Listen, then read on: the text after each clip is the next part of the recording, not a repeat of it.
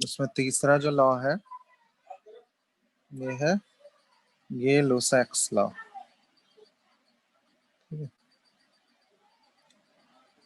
तो ये Gay-Lussac's law के अकॉर्डिंग क्या है इसका डेफिनेशन, तो ये वॉल्यूम और इसमें वॉल्यूम कांस्टेंट रहता है, ठीक है। तो प्रेशर और टेम्परेचर को ये रिलेट करता है, तो प्रेशर टेम्परेचर रिलेशनशिप, ठीक है। प्रेशर टेम्परेचर रिलेशनशिप है इसमें, ठीक है।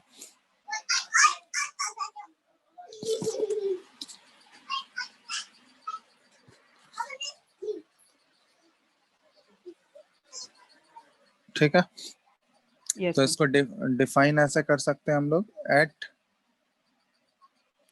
कांस्टेंट वॉल्यूम, ठीक है, वॉल्यूम इसमें कांस्टेंट रहेगा, pressure of A gas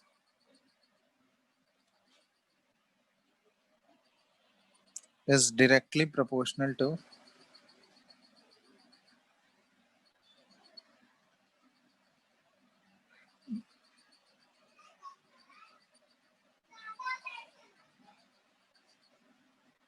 absolute temperature of the gas, ठीक है। एब्सोल्यूट टेम्परेचर ये कल डिस्कस किए थे, टेम्परेचर को अगर केल्विन स्केल में रिप्रेजेंट करोगे तो वो एब्सोल्यूट टेम्परेचर होता है ना।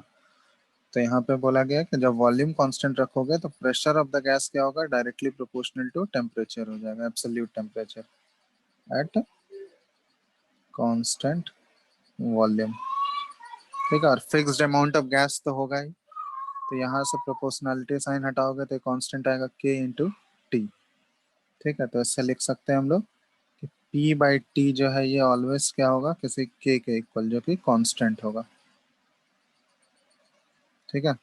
तो मतलब अगर दो प्रेशर और टेम्परेचर दिया हुआ है तो उन दोनों का जब रेशियो लोगे P1/T1 इक्वल टू P2/T2, ये दोनों इक्वल होंगे। बात समझ में आ गया? ये yes sir. Gay-Lussac's law. अब जैसे सारे में ग्राफ प्लॉट किए थे उसी तरह यहाँ भी ग्राफ्स प्लॉट कर सकते हैं हम लोग, ठीक है। तो ग्राफ्स जैसे मान लो वही सिमिलर ही होगा जैसे सब में किए थे। यहाँ पे प्रेशर वर्सेस अगर 1/, या प्रेशर वर्सेस टेम्परेचर अगर ग्राफ प्लॉट करें तो ये ग्राफ कैसा होगा, y equal to mx p yes is sir. Equal to kt वाला है, तो ये straight line passing through origin, ये कुछ इस टाइप का ग्राफ हो जाएगा। अगर दूसरा ग्राफ ऐसे प्लॉट करें हम, यहाँ पे अगर बोला गया p/t वर्सेस p, या फिर p/t वर्सेस t, ये ग्राफ दोनों का नेचर क्या आएगा बताओ तो।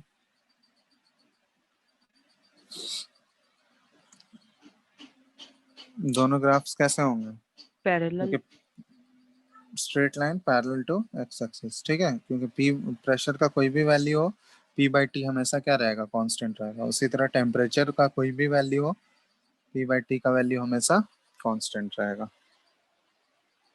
ठीक है। Yes sir. चलो, तो ये बात अगर समझ में आ गया तो एक क्वेश्चन दे रहा है ग्राफ से रिलेटेड है, जैसे सारे में किए थे वैसे ही क्वेश्चन है कि यहाँ पे p/t ये ग्राफ दिया गया है और तीन अलग अलग वॉल्यूम्स पे दिया गया है। ग्राफ का नेचर ये स्ट्रेट लाइन होता है passing through origin, v1 v2 और v3। यहाँ पे वॉल्यूम इन तीनों को कंपेयर करना है, v1 v2 और v3 में। बताओ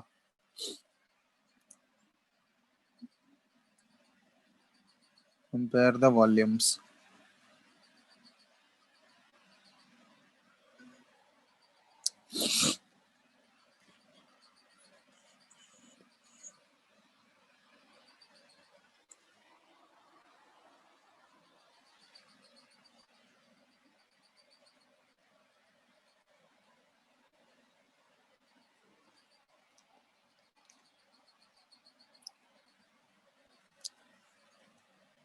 सर V1 सबसे ग्रेटर होगा और V3 सबसे स्मॉल होगा। v1 सबसे ग्रेटर हो गया, v3 सबसे स्मॉल, सबका यही आ रहा है। Yes sir. हो रहा है या नहीं हुआ? Yes sir. सर चलो। पी को कांस्टेंट करके वैसे ही ना करना है। हम्म। तो ये सबका आ गया ना, V1 greater than V2 greater than V3, यही आ रहा है सबका? Yes sir. कोई डाउट किसी को इसमें? जैसे बाकी पहले केसेस में किए थे वैसे ही करना है, किसी एक चीज को कांस्टेंट मान लो, फिर उसके बाद रिलेट करो। कोई डाउट किसी को? No sir. चलो, तो डाउट नहीं है तो ये था। तीसरा गैस लॉ हम लोग पढ़ रहे थे, गे लुसैक्स लॉ, जहाँ की प्रेशर और टेम्परेचर को रिलेट करता है ये कांस्टेंट वॉल्यूम पे। ठीक है। नेक्स्ट हम लोग फोर्थ इसी में करेंगे, ये एवोगाड्रोस लॉ। तो ये एक्चुअली तुम लोग मोल कॉन्सेप्ट में भी ये लॉ पढ़े होगे। ठीक है, एवोगाड्रोस लॉ। तो ये क्या बोलता है, ये वॉल्यूम और नंबर ऑफ मोल्स को रिलेट करता है। बाकी इससे पहले जो तीन लॉस पढ़े थे उसमें नंबर ऑफ मोल्स फिक्स्ड था, नंबर ऑफ मोल्स कांस्टेंट थे सब में। लेकिन एवोगाड्रो लॉ में क्या है, नंबर ऑफ मोल्स चेंज होगा। तो ये नंबर ऑफ मोल्स और वॉल्यूम को रिलेट करता है। तो ये डेफिनेशन है कि volume of A gas at constant temperature and pressure, इसमें टेम्परेचर और प्रेशर दोनों कांस्टेंट रहेगा। ठीक है, eight constant temperature and pressure is directly proportional to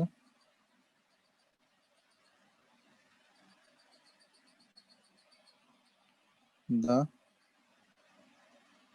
number of moles of a gas। समझ में आ गया? तो टेम्परेचर और प्रेशर अगर कांस्टेंट रखोगे तो वॉल्यूम ऑफ द गैस जो होगा वो directly proportional to number of moles N के इक्वल होगा। तो यहाँ से प्रोपोर्शनलिटी साइन हटाएंगे तो V is equal to K N आ जाएगा, और इसको हम लोग लिख सकते हैं, sorry, V by N equal to V by N equal to कोई कांस्टेंट के इक्वल हो गया। ठीक है, कोई yes constant sir. K equal है यहाँ पे। तो यहाँ से इक्वेशन क्या आ सकता है, दो अलग अलग अगर कंडीशंस पे दिया रहेगा तो V1/N1 is equal to V2/8। तो ये मोल कॉन्सेप्ट में भी पढ़े होंगे कि अगर वॉल्यूम, अगर अगर टेम्परेचर और प्रेशर कांस्टेंट रखते हैं तो ये बताया गया होगा वहाँ पे, equal volume contains equal number of molecules. क्योंकि अगर टेम्परेचर अगर कांस्टेंट कर दो, प्रेशर भी कांस्टेंट कर दो, तभी एवोगाड्रोस लॉ लगेगा। ठीक है, यहाँ पे कांस्टेंट क्या क्या है, eight constant temperature and pressure. तो टेम्परेचर और प्रेशर अगर कांस्टेंट है तो ये बोला जा रहा है कि वॉल्यूम अगर इक्वल हो गया तो उसके, अगर volume V1 equal to V2 हो गया, इसका मतलब N1 और N2 ये दोनों भी इक्वल होंगे। और N1 और N2 अगर इक्वल हो गया, नंबर ऑफ मोल्स अगर इक्वल हो गया, तो ऑब्वियसली उसके नंबर ऑफ मॉलिक्यूल्स भी क्या हो जाएंगे, वो इक्वल होंगे। बट नंबर ऑफ एटम्स के लिए हम लोग नहीं बोल सकते हैं, नंबर ऑफ एटम्स इक्वल होगा वो जरूरी नहीं है। लेकिन नंबर ऑफ मोल्स अगर इक्वल है गैसेस का तो नंबर ऑफ मॉलिक्यूल्स बराबर होगा। तो हम लोग यहाँ पे इसको इस फॉर्म में भी बोला जाता है कि equal volume of all the gases. ये दूसरा स्टेटमेंट है, ये पढ़े होगे तुम लोग मोल कॉन्सेप्ट में, contains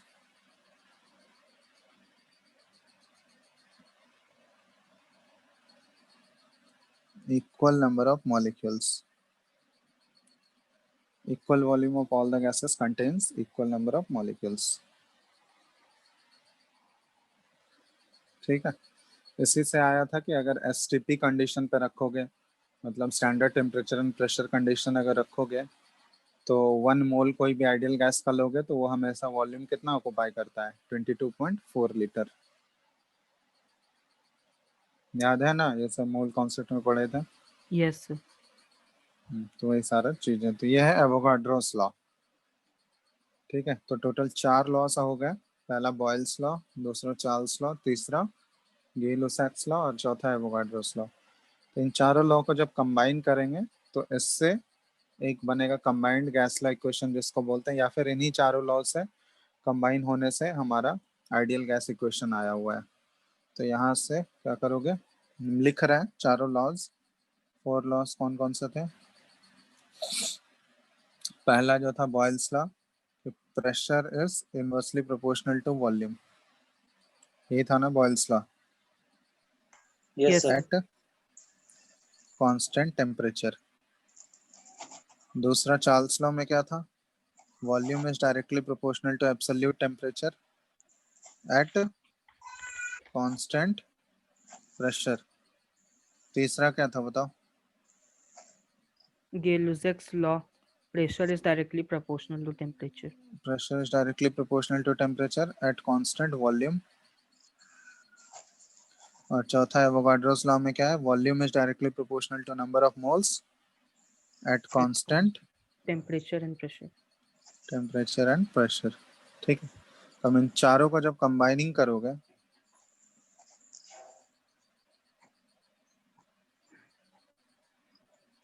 all the 4 gas laws, तो कंबाइन करने से क्या मिलेगा हमको, देखो प्रेशर और वॉल्यूम वाला टर्म तो सारा लेफ्ट हैंड साइड में भी है, और राइट हैंड साइड में डायरेक्टली तुमको क्या मिल रहा है, एन और टी।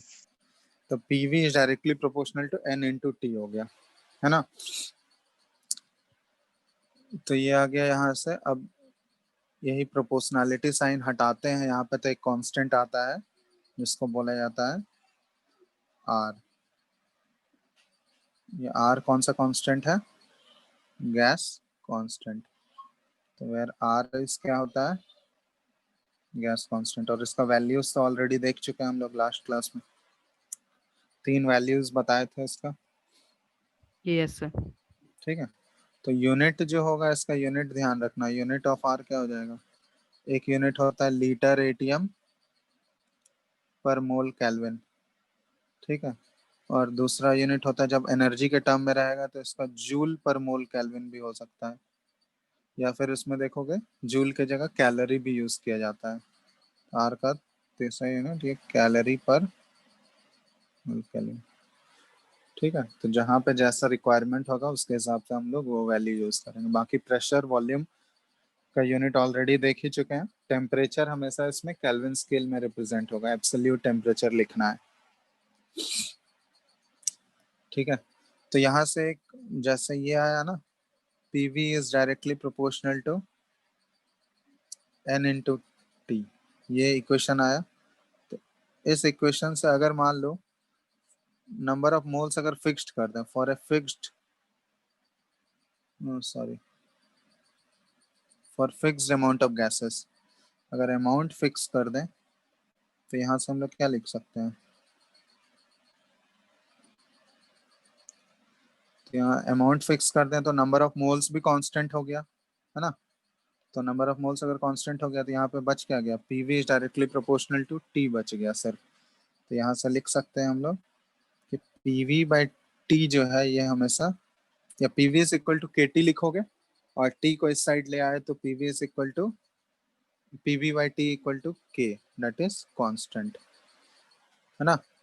तो अलग अलग कंडीशंस अगर लोगे तो दो अलग अलग कंडीशंस पे लेंगे, तो P one V one by T one equal to क्या आ गया, P two V two by T two. तो ये जो इक्वेशन आ रहा है ये तीनों का कंबाइंड फॉर्म है, प्रेशर वॉल्यूम और टेम्परेचर तीनों वैरी कर रहा है यहाँ पे। तो इसको हम लोग बोलते हैं combined gas law equation.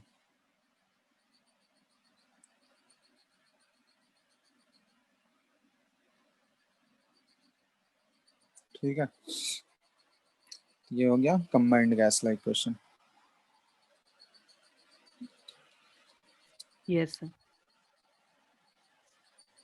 Clear है ना, कोई डाउट है तो बताओ। ये सारे गैस लॉस को कंबाइन करके, अब देखो क्वेश्चंस जब भी देखोगे इसमें, क्वेश्चंस तुमको मेंशन नहीं किया हुआ रहेगा क्वेश्चन में कि तुमको कौन सा लॉ यूज करना है, इधर Boyle's law, Charles law, combined law, या फिर जो भी लॉज है वो मेंशन नहीं किया रहेगा। क्वेश्चन तुमको पढ़ना है, उसके बाद खुद विजुअलाइज करना है। ठीक है, तो एक दो क्वेश्चंस करा देते हैं इससे। ठीक है, तो बाकी क्वेश्चंस तुम लोग प्रैक्टिस करना बुक से। जैसे एक क्वेश्चन दे रहा है,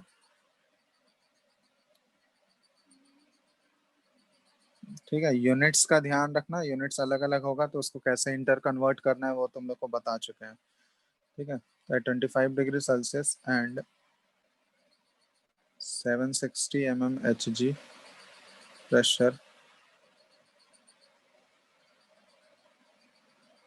the gas occupies 600 ml volume। ठीक है, what will be its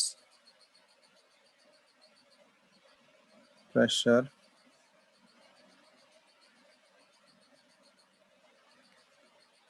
at a height where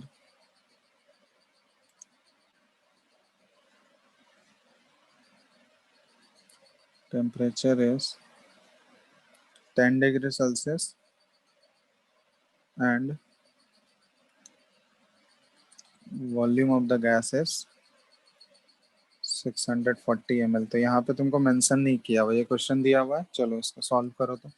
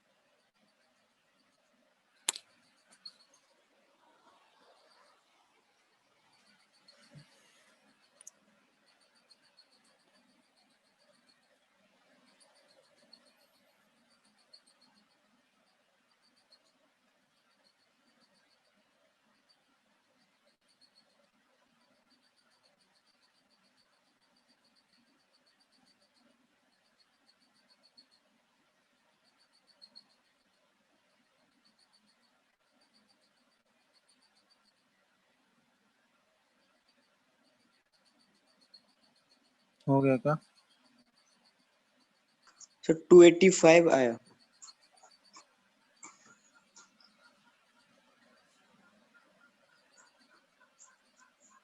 क्या 285 आया? प्रेशर यूनिट नहीं होगा कुछ? सर।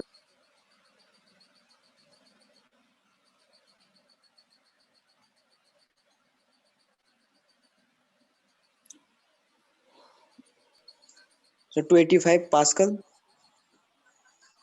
285 पास्कल? Yes sir. नहीं,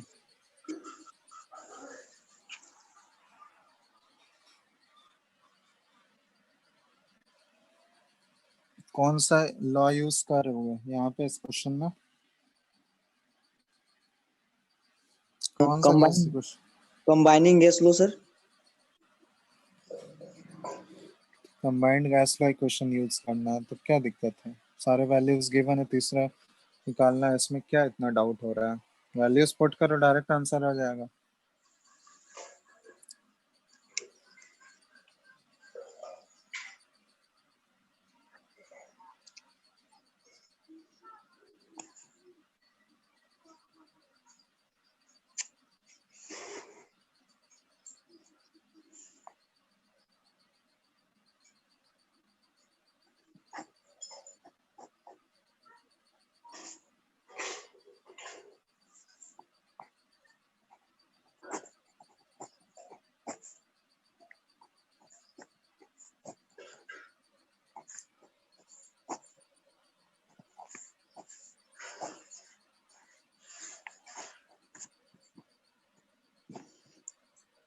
सर इसका आंसर कितना है?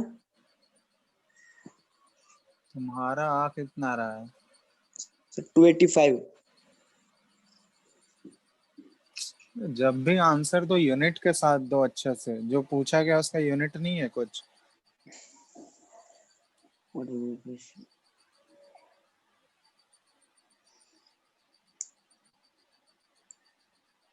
अलग अलग यूनिट्स में अलग अलग वैल्यूज होते हैं ना, तो जो पूछा गया उसका यूनिट के साथ आंसर दो, क्या आ रहा है? क्या जी बाकी लोगों से नहीं बना? सर मेरा MMHG में आया है कितना आ रहा है वो तो पूछ रहा है सर। ना। 676.666 ऐसे आ रहा है। कौन सा इक्वेशन यूज किया हो? Combine combine gas equation. तो combined gas like equation use होगा तो इसमें क्या दिक्कत है? P1 V1/T1 equal to P2 V2/T2, ये इक्वेशन यूज होगा। यस यहाँ सर। पे तुमको निकालना क्या है? V2 निकालना है ना, सॉरी P2 निकालना है। तो P2 निकालना है तो ये इक्वेशन क्या बच जाएगा? P1 V1/T2, P1 V1 into T2। इसके बाद नीचे क्या बचेगा? नीचे हो जाएगा T1 इंटू V2। तो वैल्यूज पुट कर दो, सारा वैल्यूज तो दिया हुआ ही है, वॉल्यूम दोनों दिया हुआ है तुमको। यहाँ पे टेम्परेचर भी दिया हुआ है दोनों। टेम्परेचर यहाँ पे ध्यान रखना, हमेशा केल्विन स्केल में पुट करते हैं। और प्रेशर 760 mmHg में दिया है, तो उसी में वैल्यूज निकालना होगा हमको, ठीक है? क्योंकि आर का तो यहाँ पे कोई यूज नहीं है, तो उससे कोई फर्क नहीं पड़ेगा, तुम इंटर कन्वर्ट नहीं भी कर सकते हो। तो P1 अगर 760 दिया हुआ है mmHg, ठीक है, mmHg रहने देते हैं। V1 कितना दिया हुआ है? 600 ml। 600 ml। और T2, T2 टेम्परेचर कितना है? 10 डिग्री सेल्सियस। तो 10 डिग्री सेल्सियस 283 केल्विन। केल्विन में कितना हो जाएगा? 283 केल्विन हो जाएगा। तो यहाँ पे 283 केल्विन। बाय नीचे क्या कर रहा है? नीचे T1 है, तो T1 है 25 डिग्री सेल्सियस, तो 298 केल्विन हो गया वो। Yes sir. और V2 है, V2 कितना है? 640 ml। तो देखो यहाँ पे ml तो कैंसिल आउट हो जाएगा, ऊपर केल्विन केल्विन भी कैंसिल आउट हो गया। तो बच क्या गया? सिर्फ mmHg बच गया, तो आंसर उसी में आएगा। इसको सॉल्व कर लो, जो भी सॉल्व करने पे आएगा आंसर वही हो गया।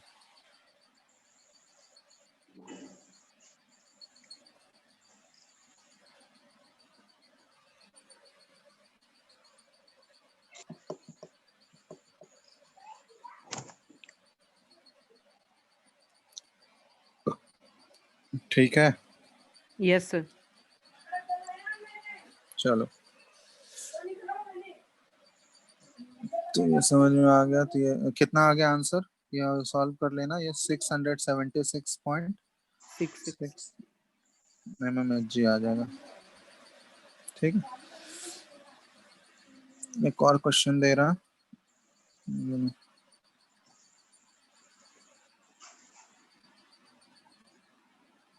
क्वेश्चन है,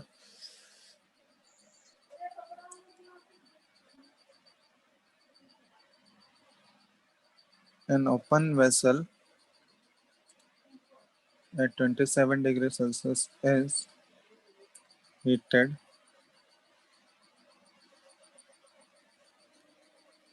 until 3/5 of the air, 3/5 of the air, and it has been expelled. Assuming that the volume of the vessel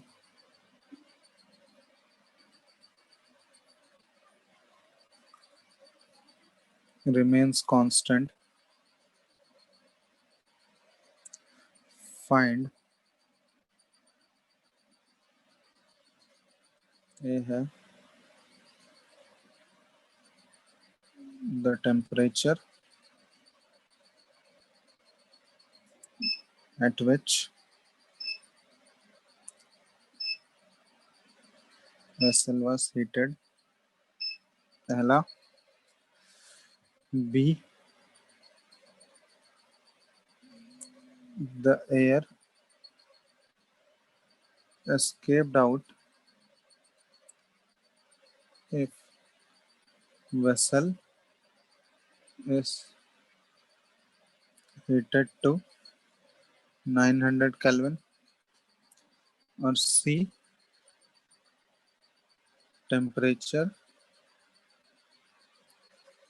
at which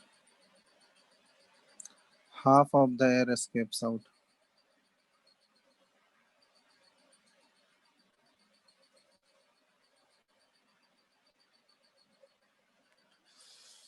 चलो करो उसको.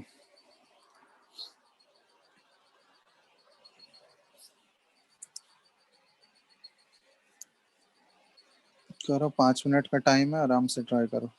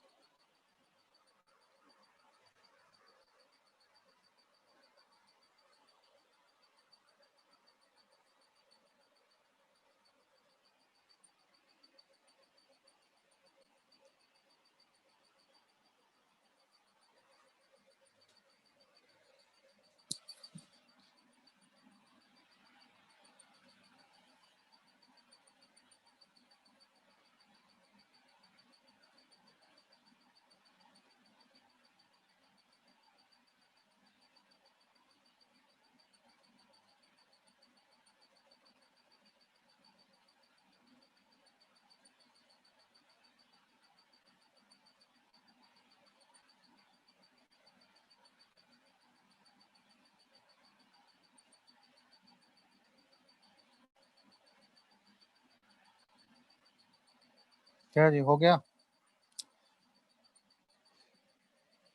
बन रहा है? Yes hello. Yes sir. बन गया। पहला पार्ट क्या है ऑप्शन फर्स्ट का?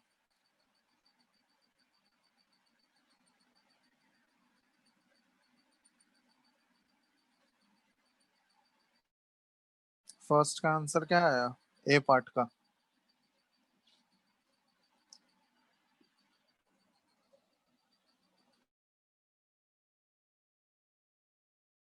कांस्टेंट है, बताओ पहले।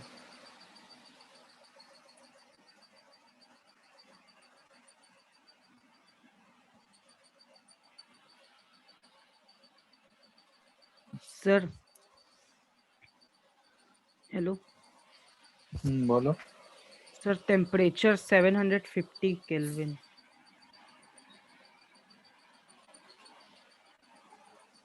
फर्स्ट का।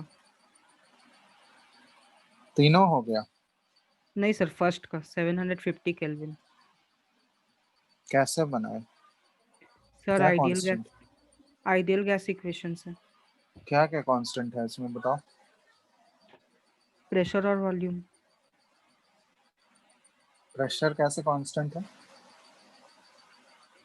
सर क्योंकि इसमें इसमें नंबर ऑफ मोल्स वैरी करेगा और टेम्परेचर वैरी करेगा। नहीं नहीं, और प्रेशर आ, प्रेशर आ, कैसे कांस्टेंट है?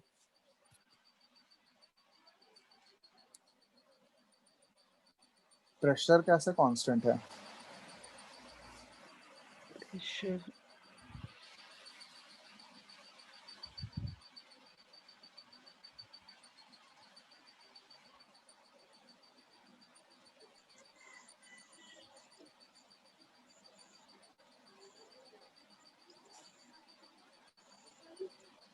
बना कैसे रहे हो क्वेश्चन, तुम कैसे बनाए? सर पीवी इक्वल टू नहीं नहीं, एनआरटी। वही तो एक्सप्लेन करो ना। तुम बोले ना प्रेशर और वॉल्यूम कांस्टेंट है, प्रेशर यस कैसे सर। कांस्टेंट हुआ? वॉल्यूम तो दिया हुआ है कि वॉल्यूम कांस्टेंट मानना है तुमको, बट प्रेशर कैसे तुम एज्यूम किए कि कांस्टेंट है? क्या सोच के एज्यूम किए? कुछ तो सोचे होगा ना। Yes sir. तो कैसे कांस्टेंट हुआ एक्सप्लेन करो।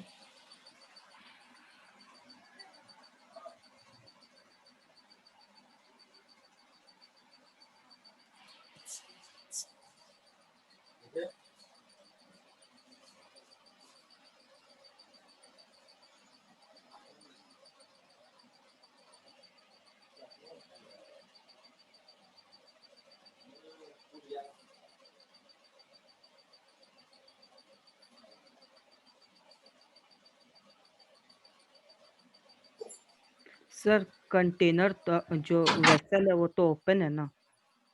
तो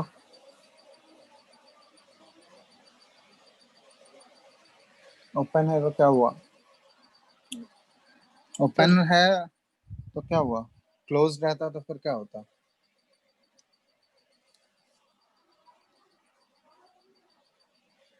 कंटेनर ओपन है तो बताओ। प्लस ये क्लैरिटी होना चाहिए ना क्वेश्चन में। क्या डिफरेंस होता है अगर कंटेनर ओपन है या कंटेनर क्लोज्ड है, तो उससे कैसे हम लोग, क्या चेंज आ जाएगा उससे?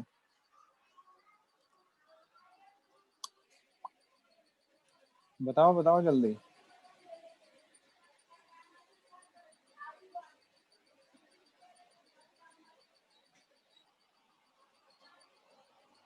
क्या हुआ?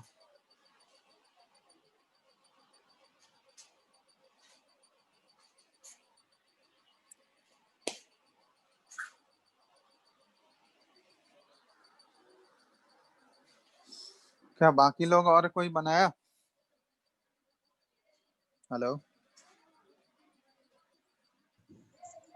अरे रेस्पॉन्ड नहीं करते हो तुम यस लोग सर। यार। हाँ या नहीं कुछ तो बोलो। बना है बोलो हाँ, नहीं बना है मत बोलो नहीं। बस बताएंगे तो। ऐसे बिना रिस्पॉन्स का रहेगा क्लास तो फिर कैसे करोगे?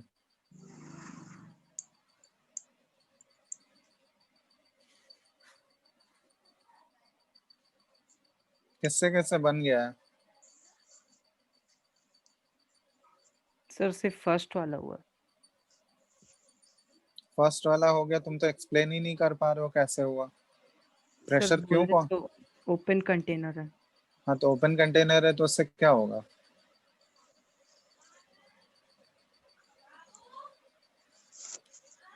बताओ।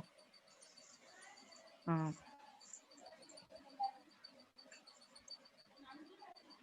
ओपन कंटेनर में कैसे तुम एज्यूम किए कि प्रेशर कांस्टेंट होगा? सर ओपन कंटेनर में प्रेशर और वॉल्यूम का प्रोडक्ट हम लोग जब भी लेते हैं तो वो कांस्टेंट हो जाता है ना। दोनों का वॉल्यूम, दोनों का प्रोडक्ट लेते हैं जब तो। ये कहाँ बताया ओपन कंटेनर में कांस्टेंट होगा और क्लोज्ड कंटेनर में नहीं होगा? ऐसा कुछ बताया गया है क्या? No sir. कॉन्सेप्चुअली यार क्लियर रहो ऐसे।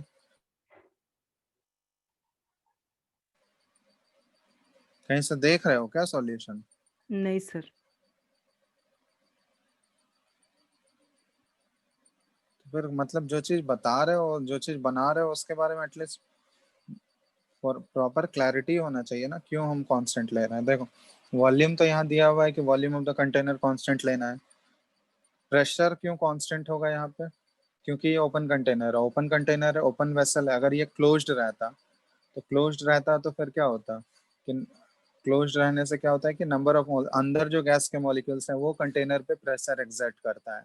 तो वो अगर नंबर ऑफ मोल्स चेंज हो जाएगा तो प्रेशर भी चेंज हो रहा है, बट यहाँ पे नंबर ऑफ मोल्स तो चेंज हो ही रहा है।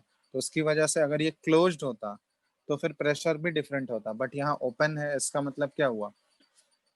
ओपन वेसल होने की वजह से ऊपर से यहाँ पे एक्सटर्नल एटमॉस्फेरिक प्रेशर लग रहा है।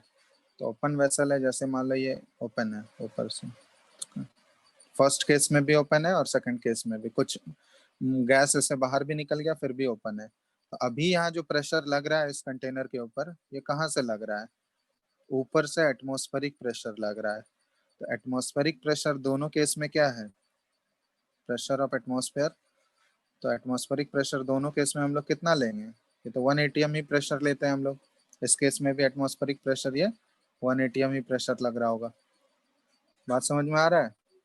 Yes sir. तो इसलिए इन दोनों केसेस में प्रेशर तो कांस्टेंट है और वॉल्यूम भी कांस्टेंट है, क्योंकि वॉल्यूम दिया हुआ है हमको कांस्टेंट है और आर तो कांस्टेंट रहेगा ही, यूनिवर्सल गैस कांस्टेंट है। तो यहाँ देखो पीवी इक्वल टू एनआरटी जो इक्वेशन होता है, यहाँ पे क्या क्या कांस्टेंट हो गया? Pressure, volume, number of moles यहाँ पे चेंज हो रहा है। तो एन वेरी कर रहा है और आर कांस्टेंट है। तो यहाँ पे वेरी कौन कौन सा कर रहा है? एन और टी। तो number of moles into T, तो ये वेरी कर रहा है। तो एन इंटू टी का प्रोडक्ट जब भी लोगे तो ये किसी कांस्टेंट के इक्वल होगा। Yes sir. तो यहाँ से हम लोग ये लिख सकते हैं कि N one into T one is equal to N two into T two. अब ये एन वन और एन टू जो लेना है हमको, वो लेना है कि कंटेनर में उस समय कितना प्रेजेंट है। कितना बाहर निकला उससे कोई मतलब नहीं है हमको, कितना उस कंटेनर में नंबर ऑफ मोल्स प्रेजेंट है वो एन लेना है हमको। तो पहले वाले केस में देखो कि पहले वाले केस में अगर हम लोग एज्यूम करें जब टेम्परेचर 27 डिग्री सेल्सियस है, तो टेम्परेचर जब 27 डिग्री सेल्सियस है मतलब 300 केल्विन जब टेम्परेचर है, यही होगा ना। यस तो सर। इस समय नंबर ऑफ मोल्स हम लोग एन वन एज्यूम कर लेते हैं कि एन मोल्स है, ठीक है। और जब टेम्परेचर T2 कितना हो गया,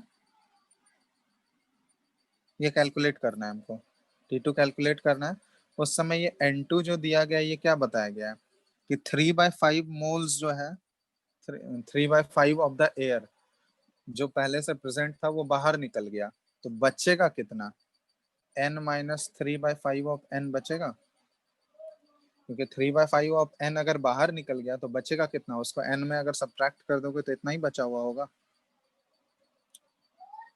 बोलो,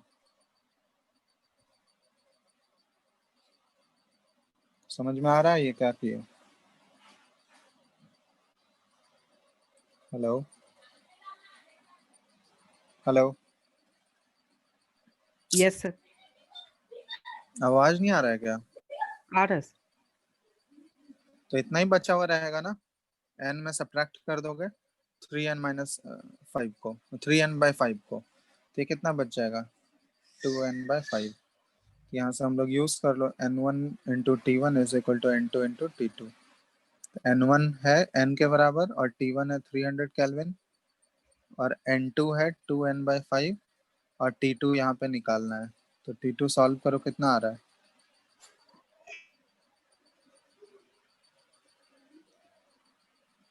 1500/2, तो मतलब ये कितना आ जाएगा 750 केल्विन। केल्विन। तो ये हो गया T2। तो इतने टेम्परेचर तक अगर हीट करोगे तो फिर वो उतना मास जो है या उतने मोल्स एक्सपेल हो जाएंगे 3/5।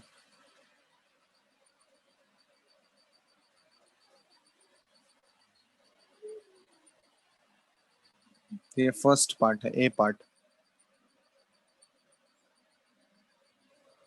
दूसरा पार्ट में क्या बोला गया है सेकंड पार्ट में, the air escaped out if the vessel is heated to 900 kelvin. तो यहाँ पे ऑलरेडी तुमको टेम्परेचर दे दिया है। तो बी पार्ट में अगर देखें हम लोग तो T1 एज्यूम करते हैं, T1 कितना था शुरुआत में 300 केल्विन ही है, और T2 क्या बोला गया है कि 900 केल्विन तक उसको हीट कर दिया गया। तो कितना एस्केप निकल गया बाहर, तो N1 में हम लोग रखते हैं कि ये N मोल्स था पहले से, और N2 हमको निकालना है कितना बचा हुआ है। ये N2 क्या देगा, कितना बचा हुआ है, तो पहले निकाल लेते हैं यहाँ से। N1 into T1 is equal to N2 into T2। यहाँ से क्या आ गया, N1 है N और T1 है 300 केल्विन और इधर हो गया ये 900 केल्विन T2 और ये N2। तो N2 यहाँ से कितना हो गया, कितना हो जाएगा 1/3n हो जाएगा, बताओ। Yes yes sir. ये 1/3n ये क्या डिनोट कर रहा है कि ये इतना बचा हुआ है। N2 ये जो 1/3n आ रहा है इतना बचा हुआ है। क्वेश्चन में तुमसे क्या पूछा गया है कि कितना बाहर निकला, देयर एस्केप्ड आउट। तो कितना बाहर निकला होगा, अगर 1/3 बचा हुआ है तो एयर एस्केप्ड आउट कितना हो जाएगा, पहले इनिशियली था n और बचा हुआ है 1/3n, तो कितना बाहर निकल गया 2n two by. By 2/3 of air बाहर निकल जाएगा यस या सर। नहीं। तो 2/3 ऑफ एयर जो है ये ऑलरेडी बाहर निकल चुका है जब टेम्परेचर हम लोग 900 केल्विन पुट कर दें। ठीक है, यस सर। Yes sir. ये वो ए और बी हो गया। सी वाला पार्ट तुम लोग खुद करो जल्दी से।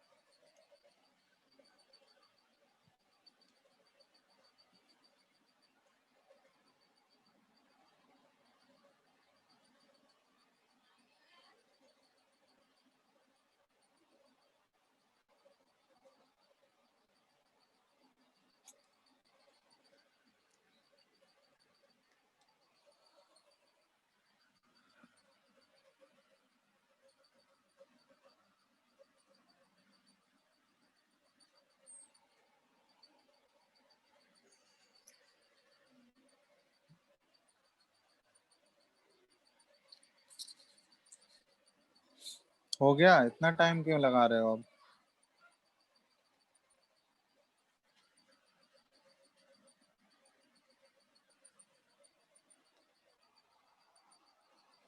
क्या कर रहे हो तुम लोग यार, जब बता दिए दोनों तो फटाक से सर फटाफट 600 केल्विन। 600 केल्विन। Yes sir. तो डायरेक्टली बता सकते हो।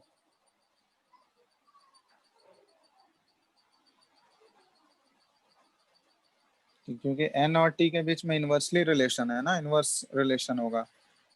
एक अगर हाफ होगा तो दूसरा डबल हो जाएगा।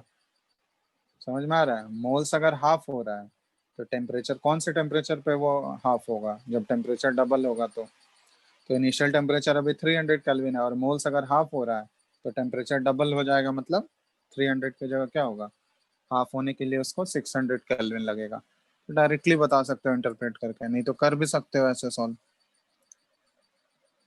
क्या डाउट है किसी को? यही लगा होगा ना, n1/t1 n1 into t2 is equal to n2 into t2। तो n1 अगर एज्यूम कर ले हम लोग n, और t1 है 300 केल्विन। n2 बोला गया है कि हाफ अगर निकल गया बाहर तो बचा कितना? n/2 ही बचेगा, और ये t2 निकालना है। तो t2 क्या हो गया? n कैंसिल आउट हो गया डायरेक्टली, ये 600 केल्विन हो गया। यस सर, हो गया। क्यों ये सब क्वेश्चन क्यों जब बता दिए 2 क्वेश्चन तो क्यों ये इतना टाइम लगाते हो ये सब में? इतना तो दिमाग खुद यूज करना होगा ना, कॉमन सेंस। ये सब सोचो थोड़ा सा, कैसे करना है। मतलब अब हर चीज तुम लोग को सॉल्यूशन थोड़ी देते रहेंगे। हर चीज सॉल्व करेंगे, हर चीज सॉल्व करके देते रहेंगे, तब तो फिर खुद से कोई दिमाग ही नहीं लगाओगे तुम लोग। बनने के बाद लगता होगा कितना आसान है। खुद वो विजुअलाइज करने का कोशिश करो, ट्राई करो कैसे अटेम्प्ट ले रहे हैं। मतलब बिल्कुल सिमिलर पैटर्न चला आ रहा था, 2 क्वेश्चन में वही सेम चीज के, फिर भी तीसरा नहीं बना पा रहे हो। थोड़ा सा अपना थिंकिंग कैपेसिटी बढ़ाओ, सोच दिमाग पे जोर डालो, क्योंकि ये सब जरा सा भी क्वेश्चन चेंज कर देगा, फॉर्मूला से अलग दे देगा तो नहीं बना पाओगे फिर। डायरेक्ट फॉर्मूले पे तुमको थोड़ी ना क्वेश्चन मिलेगा एग्जाम में। थोड़ा सा तो तुमको दिमाग लगाना होगा, अपना यूज करना होगा कि अगर थोड़ा सा चेंज कर दे तो कैसे हम इसमें सोच पाएंगे।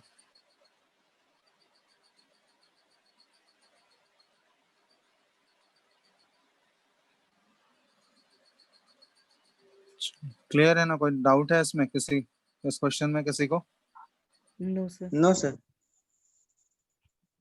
चलो नेक्स्ट हम लोग देख रहे हैं, इसमें मोलर मास का रिलेशन होता है। ठीक है, मोलर मास और डेंसिटी के बीच का रिलेशन होता है। तो एक इक्वेशन है, जैसे आइडियल गैस इक्वेशन लिख रहे हैं, पीवी इक्वल टू एनआरटी। ठीक है, यहाँ डेंसिटी तुम लोग पढ़े होगे, डेंसिटी को रो से डिनोट करते हैं। तो ये डेंसिटी क्या होता है? मास बाय वॉल्यूम होता है, इसका रेशियो, या फिर इसको डी से भी डिनोट करते हैं। ठीक है, तो रो लिख रहे हैं यहाँ पे, तो P इंटू वी, और यहाँ मोल्स को हम लोग n जो नंबर ऑफ मोल्स है इसको हम लोग small m by capital M लिख सकते हैं, given mass by molar mass. Small m हो गया गिवन मास और कैपिटल M हो गया मोलर मास, है ना? तो नंबर ऑफ मोल्स को हम लोग small m by capital M, और ये R इंटू टी। समझ आ रहा है या नहीं? Yes sir. Yes yes sir. तो यहाँ पे हम लोग m को इस साइड भेज देते हैं, तो P इंटू M चला गया उधर, और v को इधर ले आए, तो ये स्मॉल m बाय v हो गया नीचे, और ये r इंटू टी हो गया। तो ये स्मॉल m गिवन मास है और v वॉल्यूम है। तो स्मॉल m बाय वॉल्यूम, इसको हम लोग क्या डेंसिटी से रिप्लेस कर सकते हैं? Yes sir. तो यस ये हो सर। गया डेंसिटी, रो से रिप्लेस कर दिया, और ये r इंटू टी। तो यहाँ से रिलेशन क्या आ गया? P M equal to rho R T, जहाँ पे p है pressure of the gas, m हो गया molar mass of the gas, m क्या है? उस गैस का मोलर मास, और रो हो गया डेंसिटी। Density of the. ठीक है, और आर तो यूनिवर्सल गैस कांस्टेंट है और टी टेम्परेचर है। तो यहाँ से मोलर मास अगर निकालना हो तो इससे रो आर टी बाय ये पी ऐसे लिख सकते हैं हम लोग। ठीक है, तो ये रिलेशन भी ध्यान रखना, मोलर मास और डेंसिटी को कैसे रिलेट करेंगे हम लोग। एक ये हो गया। यहाँ पे एक वेपर डेंसिटी वाला तुम लोग टर्म पढ़े होगे। वेपर डेंसिटी ये मूल कॉन्सेप्ट में भी बताया गया होगा। वेपर डेंसिटी क्या होता है? डेंसिटी ऑफ किसी भी गैस का density divided by density of hydrogen gas, है ना। हाइड्रोजन गैस के रेस्पेक्ट में जो डेंसिटी निकालते हैं वो वेपर डेंसिटी है। तो यहाँ पे density of hydrogen, density of gas, अगर कोई भी गैस का डेंसिटी निकालते हैं हम लोग, तो ये होता है उसका molar mass by molar volume. ठीक है, molar mass by molar volume. और यहाँ पे अगर ये गैस के लिए ले रहे हैं, molar mass by molar volume ये गैस का है। और इसी तरह नीचे हाइड्रोजन का है तो molar mass by molar volume ये हाइड्रोजन के लिए है। तब एसटीपी पे तुम लोग पढ़े होगे कि एट एसटीपी मोलर वॉल्यूम जो है हर एक गैस का, कोई भी गैस लोगे तो 1 मोल हमेशा कितना ऑक्युपाई करता है? 22.4 लीटर ही ऑक्युपाई करेगा। Yes sir. तो दोनों केसेस में गैस कोई भी हो, 1 मोल अगर लेंगे, मोलर वॉल्यूम की बात कर रहा है, तो 22.4 लीटर ही होगा। ये दोनों केसेस में नीचे ऊपर नीचे मोलर वॉल्यूम कैंसिल आउट हो जाएगा, है ना। यस तो सर। यहाँ से वेपर डेंसिटी वीडी से डिनोट कर रहा है, तो ये क्या आ गया? ये आ गया molar mass of the gas, जिसको कैपिटल एम से डिनोट कर रहा है, और नीचे molar mass of hydrogen gas. तो हाइड्रोजन गैस का मोलर मास कितना होता है? 2 होता है। Yes sir. तो molar mass of the gas क्या हो गया? 2 इंटू वेपर डेंसिटी। तो किसी भी गैस का अगर वेपर डेंसिटी दिया हुआ है तो उसको अगर 2 से मल्टीप्लाई कर दोगे ना, तो उस गैस का हमको मोलर मास मिल जाएगा। और वेपर डेंसिटी का कोई भी यूनिट नहीं होगा, क्योंकि ऊपर नीचे सेम चीज है। तो सेम चीज है तो यूनिट कैंसिल आउट हो जाएगा। तो वेपर डेंसिटी एक रिलेटिव यूनिट है, रिलेटिव डेंसिटी होता है, इसलिए इसका कोई भी यूनिट नहीं होता है। तो मोलर मास अगर निकालना है किसी भी गैस का वेपर डेंसिटी दिया हुआ है तो उसको जस्ट 2 से मल्टीप्लाई कर दोगे। या फिर वेपर डेंसिटी निकालना है तो ये क्या आ जाएगा? Molar mass of the gas by 2। ठीक है, यस सर। चलो। ये थे गैस लॉस से रिलेटेड ये सारे क्वेश्चंस। अब इसमें क्वेश्चंस तुम लोग, गैस लॉस वाला पूरा पार्ट कंप्लीट हो गया, ठीक है। इसमें क्वेश्चंस तुम लोग बनाओ इसके गैस लॉस का, जितना भी क्वेश्चंस है वो आराम से आप ट्राई कर सकते हो सारा। नेक्स्ट क्लास से हम लोग डाल्टन्स लॉ स्टार्ट करेंगे, Dalton's law of partial pressure. ठीक है, गैस लॉ यस वाला जो पार्ट था वो पूरा सारा लॉ कंप्लीट हो गया। गैस लॉस के जितने भी क्वेश्चंस हैं वो ट्राई कर सकते हो तुम लोग।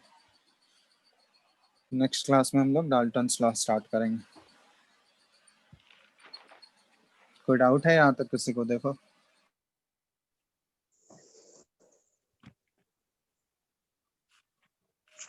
No, sir.